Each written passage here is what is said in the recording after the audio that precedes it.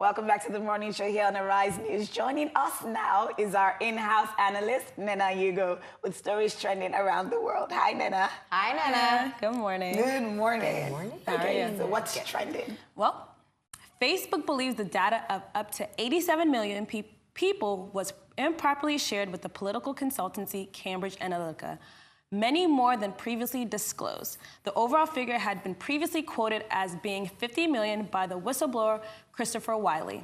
Facebook chief Mark Zuckerberg said, and I quote, "Clearly, we should have done more and we will be going forward." CEO Mark Zuckerberg will testify next week and unveil a new privacy policy that aims to explain the data it gathers on users more clearly, but doesn't actually change what it collects and shares. Now, we didn't do enough. We didn't focus enough on preventing abuse and thinking through how people could use these tools to do harm as well. And that goes for fake news, foreign interference in elections, hate speech, in addition to developers and data privacy. We didn't take a broad enough view of what our responsibility is, and that was a huge mistake. It was my mistake. While they may be in some heat, Facebook is still working to help African women achieve their professional dreams. Partnering with She Leads Africa, Facebook has launched the global #SheMeansBusiness initiative here in Nigeria, the first in sub-Saharan Africa. The initiative is aimed at training and empowering thousands of female entrepreneurs across the country, with Nigeria having one of Facebook's largest user base at 17 million of the 2.119 billion global users and 200 million to WhatsApp, 1.2 billion monthly active users. There is a tremendous untapped potential to be harnessed.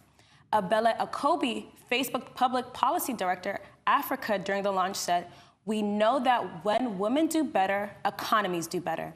The study conducted by the Development Economics further highlights this, with research suggesting that an estimated 7 million new businesses could be set up by women in Nigeria by 2021, placing a greater importance on the role of women's entrepreneurial ambitions for overall economic and social development in the country.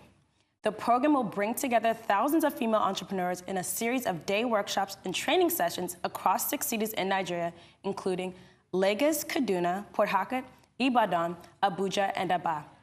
The application for training is currently open at sheleadsafrica.org/SheMeansBusiness. Wow. I love it. I know. Yeah. This is amazing. Yeah. It was really amazing. It was a great event. I mean, besides what's going on with, Facebook corporate, but, their initiatives here on ground are, will change lives, more importantly, enhance the economy. Yeah. We were saying yesterday that, when women are put in positions of power, positive changes are being made. And it also always helps the whole family. Once a woman is empowered, her whole family is literally taken out of, alleviated out of poverty and also brought to the next step of their stage. So this is great that they're doing this. I wish we could do more of this inside of Nigeria, instead of someone having to come over. But it's great. It's great that Facebook actually can see the numbers. Exactly. They see the numbers and they see that there's potential, and that's great. So that gives us a lot of hope, and we look forward to the new businesses and women. Look forward to the new businesses, and I like that it's not just Lagos. So they're in Abuja, they're in Port Harcourt, they're spreading around Nigeria. So yes, we hope to see the results. And then this is really good for She Leads Africa as Exactly. well. They've been really empowering women. Let's be realistic. Yeah, well done, guys. Yeah, well, Dr. Martin Luther King Jr. led a revolt with words and nonviolent protests until a bullet silenced him 50 years ago yesterday.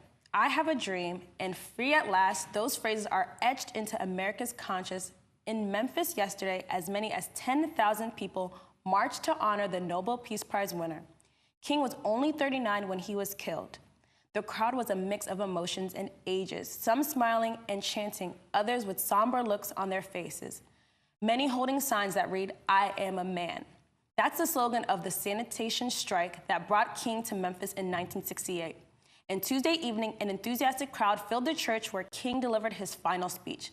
In many ways, his mountaintop speech, in retrospect, foretold his fate.